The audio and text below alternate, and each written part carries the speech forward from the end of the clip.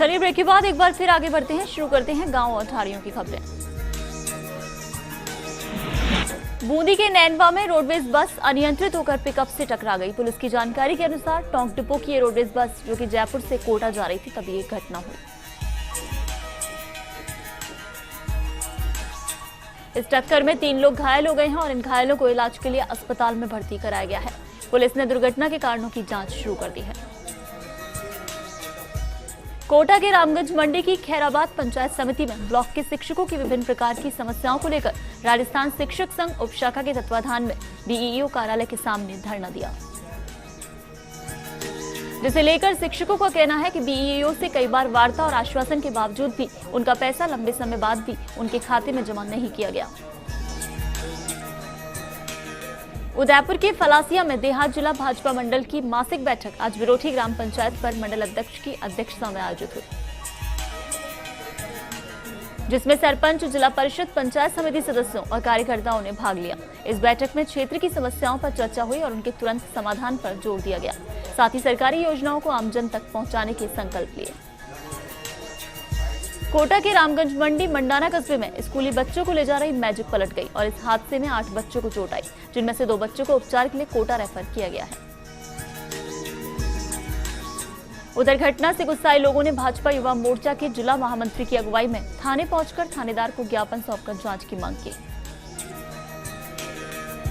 12 के शाहबाद में पंचायत समिति की मुंडिया पंचायत के अटल सेवा केंद्र में जन सुनवाई का कार्यक्रम आयोजित हुआ,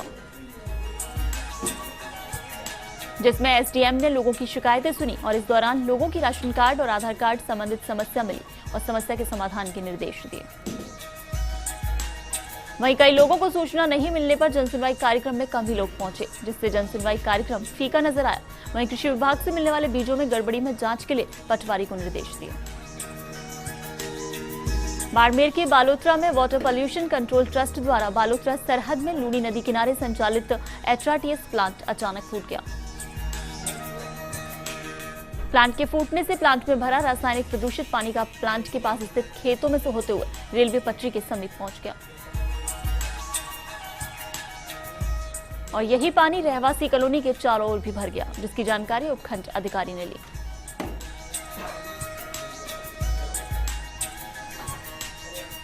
बारा के अंता में वरिष्ठ वृद्धजन कल्याण बोर्ड के अध्यक्ष प्रेम नारायण गालव का कस्बे में भव्य स्वागत हुआ।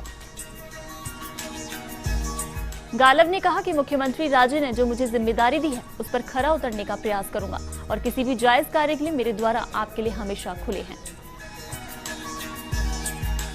इस मौके पर कृषि मंत्री बबूलाल सैनी ने कहा कि अंता विधानसभा में चहुमुखी विकास हो रहा है।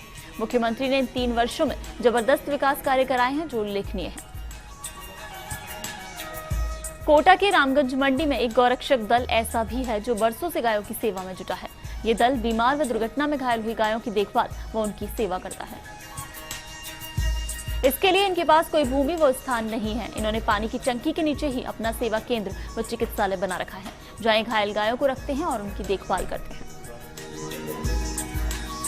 कोटा के रामगंज मंडी में 9 साल के लंबे इंतजार के बाद क्षेत्र के लोगों के लिए बड़ी राहत की खबर है। दरअसल 36 करोड़ की लागत से रेलवे ओवरब्रिज बनकर लगभग तैयार होने वाला है। इस पर आगामी जनवरी में यातायात शुरू होने की पूरी संभावना है। 28 जनवरी से खैराबाद कस्बे में लगने वाले फलौदी कुंभ मेले में भी लोगों को राहत मिलेगी। अब लोगों को 4 किलोमीटर का अतिरिक्त चक्कर लगाकर नहीं आना पड़ेगा। इस पुल को बनाने की स्वीकृति वर्ष 2008 में जारी की गई थी। भीलवाड़ा के मांडल में काछोला थाना परिसर में सीएलजी सदस्यों की बैठक थाना प्रभारी की अध्यक्षता में हुई, जिसमें कस्बे के विभिन्न पहलुओं पर चर्चा की गई। उदयपुर के वल्लभनगर में पशु चिकित्सा एवं पशु विज्ञान महाविद्यालय वानिया में खेलकूद सप्ताह के तीसरे दिन क्रिकेट, कबड्डी और बैडमिंटन के मुकाबले हुए। क्रिकेट समन्वयक ने बताया कि कुल 3 मैच यहां खेले गए। पहले मैच में प्रथम वर्ष बीवीएसी ने एचपीडी को 7 विकेट से हराया। वहीं दूसरे मुकाबले में पीजी टीम ने चतुर्थ वर्ष को 6 विकेट से हराया और तीसरे मैच में तृतीय वर्ष बीवीएसी और द्वितीय वर्ष बीवीएसी के बीच हुआ, जिसमें चतुर्थ वर्ष ने 46 रन से मैच जीता। चित्तौड़गढ़ के निम्बाहेड़ा में महाविद्यालय छात्र संघ उद्घाटन व शपथ ग्रहण समारोह संपन्न हुआ। इस अवसर पर मुख्य अतिथि एवं विधायक श्री चंद्र कृपलानी ने अपने विचार व्यक्त किए। उन्होंने कहा कि पद का गरिमा के साथ निर्वहन करना सबसे बड़ी चुनौती है। साथ ही देश को आजादी दिलाने में छात्रों व नौजवानों की बड़ी भूमिका रही है। सिरोही के रेवदर में फ्लोराइड युक्त पानी उपलब्ध करवाने के लिए 2 ट्यूबवेल खुदवाए गए हैं। आरओ प्लांट लगाने की यहां तैयारी चल रही है, जिससे ग्रामीणों को कमर दर्द और अन्य बीमारियों से निजात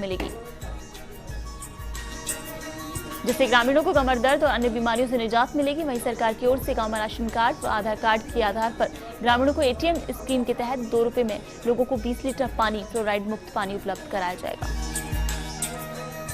चित्तौड़गढ़ के भदेसर में जल स्वावलंबन अभियान के द्वितीय चरण का शुभारंभ हुआ। कल समारोह में 6 ग्राम पंचायतों में अभियान के लिए सांसद सीपी जोशी, जिला कलेक्टर इंद्रजीत सिंह, विधायक चंद्रभान सिंह सहित आला अधिकारी मौजूद रहेंगे। बूंदी के कापरेन में कोहरे की चपेट में नजर आया है। क्षेत्र में कोहरे के साथ ठंड ने भी अपना असर दिखाना शुरू कर दिया। सर्दी के चलते आम जनजीवन खासा प्रभावित हुआ है। यहाँ सुबह से पड़ रहे कोहरे से आम जनजीवन अस्त व्यस्त नजर आया। कोहरे के चलते विजिबिलिटी काफी कम हो गई, जिससे वाहन चालकों को खासी परेशानी का सामना करना पड़ा। भरतपुर में मेवात क्षेत्र के पहाड़ी में फिरोजपुर झिरखा रोड के कई सालों से टूटे होने से हो रही परेशानियों से नाराज ग्रामीणों ने प्रदर्शन किया। वहीं खराब पड़ी सड़क को जल्द बनवाने और फिलहाल उस पर पानी छिड़कवाने की मांग को लेकर रैली निकालकर उपखंड कार्यालय पर नारेबाजी कर उपखंड अधिकारी को ज्ञापन सौंपा गया। बीकानेर के कोलायत में उपखंड के गोविंदसर गांव की राजकीय उच्च प्राथमिक विद्यालय में प्रधान अध्यापक और अध्यापक के बच्चों के साथ शराब पीकर दुर्व्यवहार करने को लेकर ग्रामीणों ने प्रदर्शन किया और विद्यालय को ताला लगाकर विरोध जताया। तालाबंदी की सूचना पर मौके पर पहुंचे ब्लॉक शिक्षा अधिकारी ने ग्रामीणों से बात की और अधिकारियों को सूचित किया।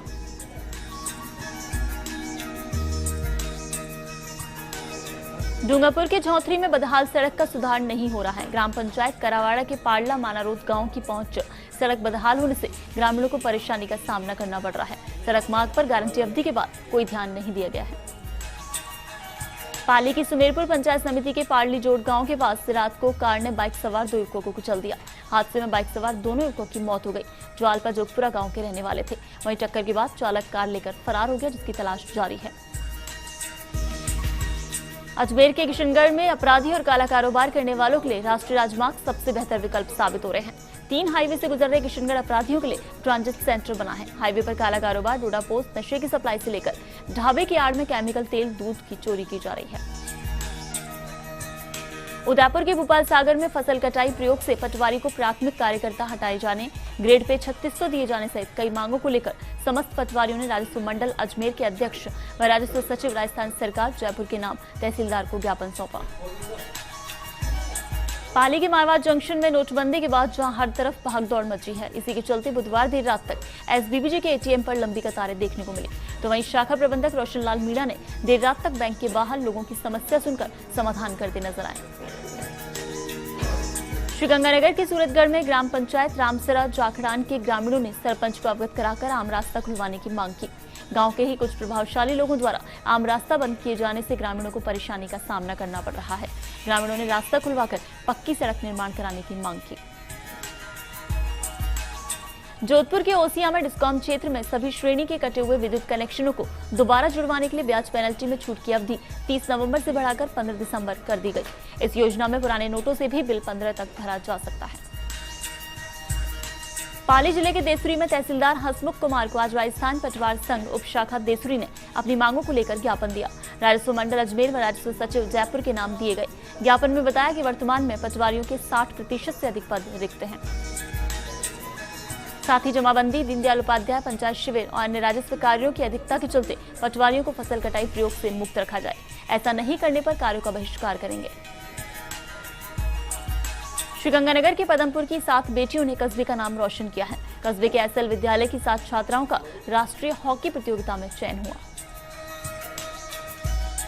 इसी विद्यालय ने इस बार राज्य स्तरीय हॉकी प्रतियोगिता में गंगानगर जिले का प्रतिनिधित्व करते हुए राजस्थान में प्रथम स्थान प्राप्त किया, जिसमें विद्यालय की 8 छात्राएं शामिल थीं, जिनमें से 6 छात्राओं का राष्ट्रीय हॉकी प्रतियोगिता हेतु चयन हुआ। डूंगरपुर के सीमलवाड़ा पटवार संघ अध्यक्ष के नेतृत्व में तहसीलदार प्रवीण कुमार मीणा को ज्ञापन सौंपकर अपनी मांगों को पूरा करने की मांग की। ज्ञापन में बताया कि पटवारियों के 60% से अधिक पद रिक्त हैं, जिससे भारी रोष पनप रहा है।